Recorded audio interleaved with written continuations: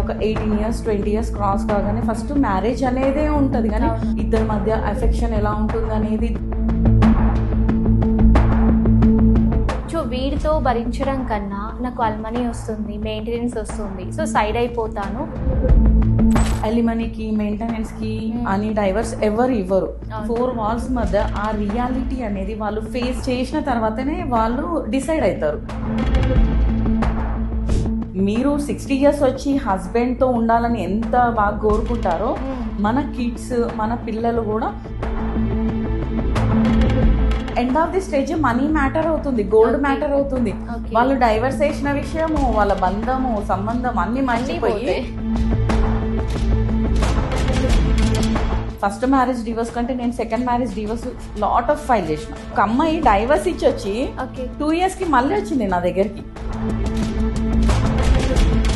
ఒకరు డైవర్స్ ఇస్తే ఒకరు హ్యాపీగా ఉండాలి, ఒకరు అన్హ్యాపీ ఉండొద్దు. ఇద్దరు అనేది ఈక్వల్గా అది రెమెడీస్ పొందాలన్నమాట. కొంచెం అక్కడికో ఇక్కడికో ఇండియన్ డైవర్సే బెటర్స్ అంట నేను. ఎందుకంటారా,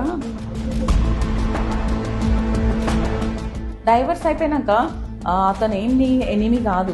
లైక్ మీరిద్దరు వైఫ్ అండ్ హస్బెండ్గా కాదు, ఒక ఇండివిజువల్ పేరెంట్గా మీరు రోల్ చేయొచ్చు.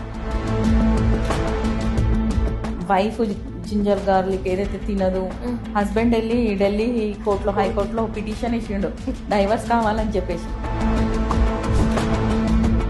అబ్బాయిలు కూడా సఫర్ అవుతున్నారని మనకు తెలుసు డివోర్స్ విషయం. అబ్బాయిలకు ఉన్న ఒక ఆయుధం ఒకటి ఇదే అనమాట, ఆర్సీఆర్ అంటారు. ఎప్పుడైనా మీ వైఫ్ బయటికి వెళ్ళిపోయింది